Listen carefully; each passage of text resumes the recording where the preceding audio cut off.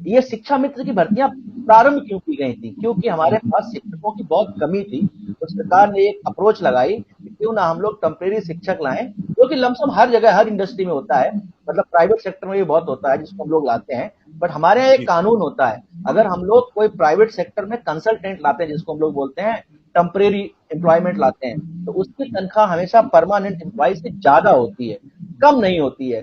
ये बस सरकार एक ऐसी है जहां ये सिस्टम उल्टा है कि जहां पर टेम्परेरी या जो एडॉक बोलते हैं उनकी जो एम्प्लॉयमेंट होता है वहां पर तनख्वाह कम होती है। तो ये नियति का विषय है, और नीति तभी बदलेगी जब इसमें एक्चुअली में हमको भरकस प्रयास करना पड़ेगा, एक आवाज उठानी पड़ेगी, और ऐसे लोगों को वहां स्थापित करना पड़ेगा जो हमारी आवाज ठीक से समझ सके। बिल्कुल बिल्कुल, आपने ठीक कहा सुनील जी। और चूंकि समय हो रहा है, मैं सीधा सुरेंद्र सर के पास पहुंचूंगा, समय हो रहा है। जी सुरेंद्र सर, सारी बातों का लबोलियाब ये है कि बाल दिवस पर भी शिक्षक भूखा रहा। हाँ, बाल दिवस पर भी शिक्षक भूखा रहा। बच्चों के चाचा का यथोचित सम्मान नहीं करा पाया। जो पारंपरिक तौर तरीका था चाचा के जन्मदिन मनाने का, वो मेरे ख्याल किसी कॉलेज में नहीं हुआ, क्योंकि माहौल बिगड़ा हुआ है।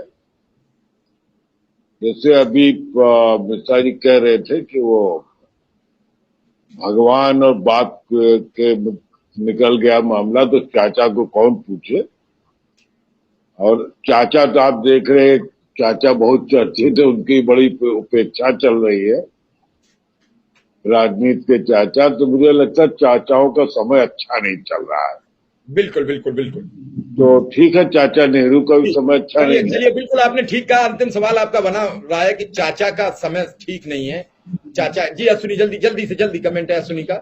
जी, कमेंट नहीं है एक्चुअली। मैं शिक्षक दिवस क्योंकि सॉरी बाल दिवस है, बच्चों का दिवस है, तो मैं अपनी बात एक हास्य कविता के साथ खत्म करना चाहता हूँ। मुझे एक बच्चे की कविता याद आ गई कि हम कहीं, मुझे हास्य कवि का नाम तो नहीं पता, तो मैं क्रेडिट नहीं दे पाऊंगा, बट बड़ी अच्छी कविता थी कि एक दिन लड़का बोलो बप्पा से, बप्पा हमहू करिए शादी, बप्पा बोलो कैसन करियो, लड़का बोलो हमरे घर में है बुढ़िया दादी, बप्पा बोले कर आंख लाल, बेटा तू बड़ा निकम्मा है, जैसन शादी की बात करे वह तो हमरी ही अम्मा है।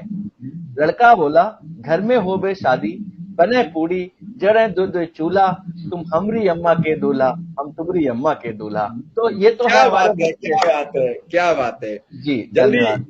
जी जी, बहुत ठीक है। और फिर मैं आगे बढ़ूं। चाचा का वक्त खराब है, वो चाहे चाचा नेहरू हो या चाचा शिवपाल हो। मैं थोड़ा सा खुलासा कर देता हूं आदरणीय सुरेंद्र सर का, क्योंकि आज मैनपुरी में जब पर्चा दाखिल हुआ तो चाचा रामगोपाल तो साथ थे, लेकिन चाचा शिवपाल साथ नहीं थे। जबकि पिछले वो कई दिनों से कह रहे थे कि डिम्पल यादव के साथ मैं पर्चा भरवाने जाऊंगा, मैं प्रस्तावक बनूंगा। ऐसी कौन सी समस्या रही तो चाचा शिवपाल को नहीं बुलाया गया। लेकिन एक और यहाँ बृहद सवाल रहा, और सिंह साहब हमारे साथ आ गए हैं। मैं पूछना तो चाहता था उनसे आज दिल्ली की घटना को लेके। मैं छोटा सा कमेंट सुरेंद्र सर से अनुमति लेकर पूछना चाहूंगा। आज दिल्ली में एक जघन्य वारदात का खुलासा हुआ, लोग इसे कहीं से कहीं जोड़ देते हैं ऐसी घटनाओं को। सिंह साहब, आज दिल्ली में एक 36 टुकड़ों में लाश और थोड़ी सी नेटवर्क प्रॉब्लम है मिश्रा जी। आपने सुनी मेरी बात? दिल्ली में एक 36 टुकड़ों में लाश बरामद हुई, उसका आरोपी गिरफ्तार हुआ है। आप क्राइम देखते हैं बदस्तूर। इस घटना के लिए कोई जिम्मेदार माना जाएगा? प्रशासन या कोई 36 दिन तक कहीं पता नहीं लगा, वो डेड बॉडी भी फेंक